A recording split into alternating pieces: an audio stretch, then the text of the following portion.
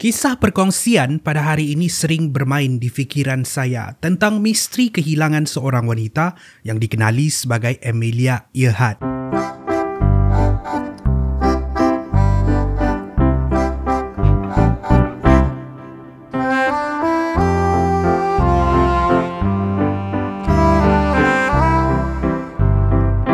Pada tahun 1937, seorang wanita yang berusia 39 tahun dikenali sebagai Amelia Earhart mahu melakar namanya di dalam sejarah dengan menjadi wanita pertama yang mengelilingi dunia menggunakan kapal terbang. Namun begitu, sejarah yang dia cipta ni bukanlah seperti yang dia jangka.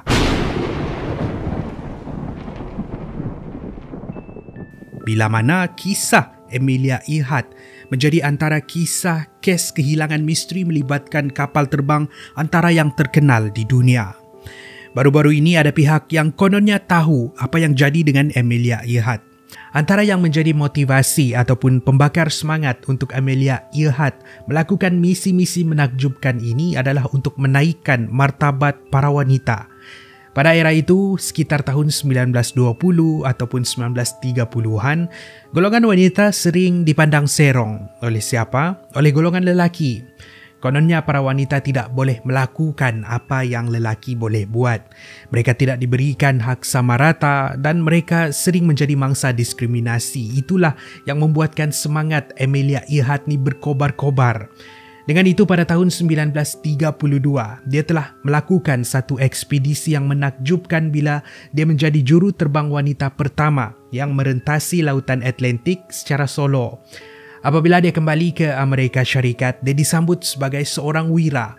Dia dianggap sebagai simbol kegagahan, keberanian dan juga kebebasan bukan sahaja oleh rakyat Amerika tetapi juga oleh para wanita dan juga para gadis.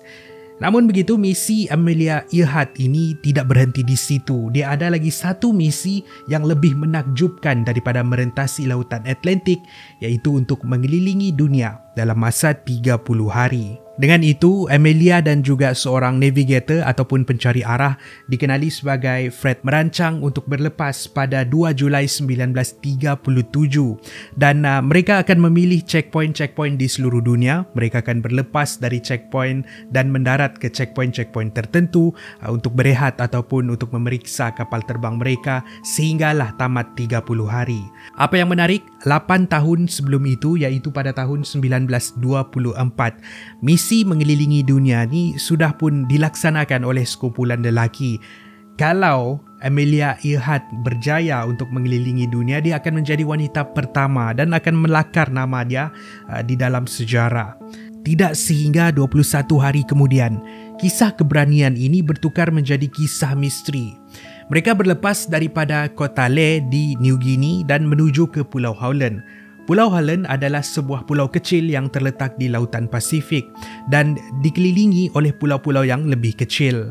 Sekitar pukul 7.42 pagi, pengawal pantai di Howland Island ada menerima satu pesanan membimbangkan dari Amelia yang mengatakan minyak tidak mencukupi, tiada tempat mendarat. Pesanan ini dihantar sebanyak 2 kali sebelum mereka hilang tanpa jejak. Kumpulan yang menunggu ketibaan Amelia dan juga Fred ini bimbang. Bila tiba waktu malam, mereka masih lagi belum mendarat. Di sinilah mereka mula panik. Sebab kenapa? Sebab minyak kapal mereka hanya cukup daripada Le ke Pulau Howland. Kalau mereka tidak tiba pada waktu malam, bermaksud ada sesuatu yang terjadi dengan mereka, sama ada mereka terhempas ataupun mendarat di pulau yang lain. Dengan itu, mereka melaporkan kehilangan Amelia dan Fred ini kepada pihak berkuasa. Tentera Laut Amerika menjalankan pencarian. Misteri menjadi semakin dramatik bila semasa pencarian dilakukan oleh tentera laut, mereka dapat mengesan pesanan radio dengan kod KHAQQ. Itu adalah kod yang digunakan khas untuk Amelia. Kod ini diterima sebanyak 2 kali memberikan petanda yang mereka masih lagi hidup ketika pencarian dilakukan. Pencarian sehari menjadi 2 hari sehinggalah ia menjadi 16 hari dan memakan kos sebanyak 4 juta US dollar. Pada tahun 1930-an, 4 juta US dollar adalah satu jumlah yang sangat banyak. Ini menunjukkan kerajaan Amerika bersungguh-sungguh untuk mencari keberadaan Amelia dan juga Fred. Namun begitu, keberadaan mereka tidak ditemui sehinggalah 2 tahun kemudian pada tahun 1939 mereka telah disahkan meninggal dunia. Disebabkan misteri kehilangan mereka ni, banyaklah teori-teori yang muncul.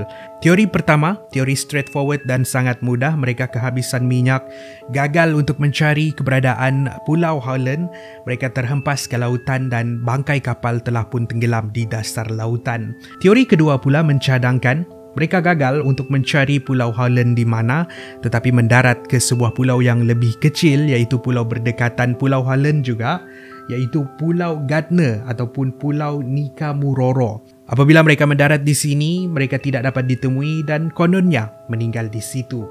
Teori ketiga, mungkin teori yang paling terkenal di dalam teori-teori ini, kononnya mereka telah tersalah mendarat. Bukan mendarat di Pulau Holland, tetapi mendarat di Pulau Marshall. Pada waktu itu, tentera Jepun berada di sana.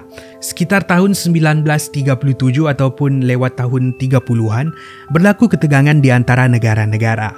Dunia diambang perang, di mana pada waktu itu Amerika Syarikat dan juga Jepun tidak sehaluan. Malah 2 tahun selepas itu tercetusnya Perang Dunia Kedua, iaitu pada tahun 1939. Teori ini mencadangkan bila Amelia dan Fred mendarat di Pulau Marshall, mereka telah ditangkap oleh tentera Jepun kerana dituduh menjadi pengintip. Kononnya ada bukti mereka berada di Pulau Marshall. Satu gambar yang diambil daripada arsip tentera Jepun menunjukkan seorang lelaki berbaju putih yang sedang mencangkung di sebuah jeti. Kononnya itu adalah Fred. Teori ini dipercayai dan sangat terkenal sehinggakan ia dijadikan dokumentari di History Channel, di sebuah dokumentari yang bertajuk Amelia Earhart: The Last Evidence. Namun begitu, teori ini telah disangkal bila telah didedahkan gambar yang dijadikan bukti kononnya Amelia dan Fred berada di Pulau Marshall.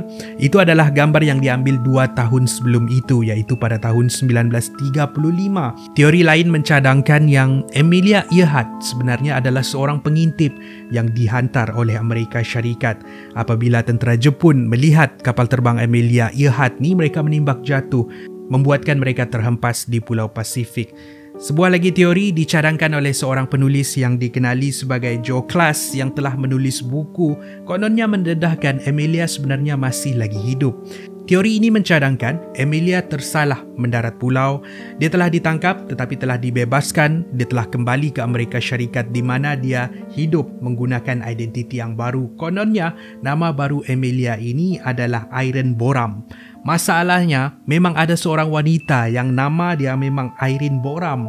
Irene Boram kemudian menyaman penulis buku ini, iaitu Joe Class, dan itu adalah antara teori-teori yang kononnya menjelaskan apa yang terjadi dengan Amelia dan juga Fred. Namun begitu, baru-baru ini ada lagi satu teori yang kononnya mungkin dapat menyimpulkan misteri kehilangan mereka ni. Berita tentang penemuan bangkai kapal Amelia ini telah digembar-gemburkan pada bulan Januari tahun ini, tahun 2024, oleh sebuah syarikat yang dikenali sebagai Deep Sea Vision. Deep Sea Vision adalah sebuah syarikat yang melakukan pemantauan di laut dalam.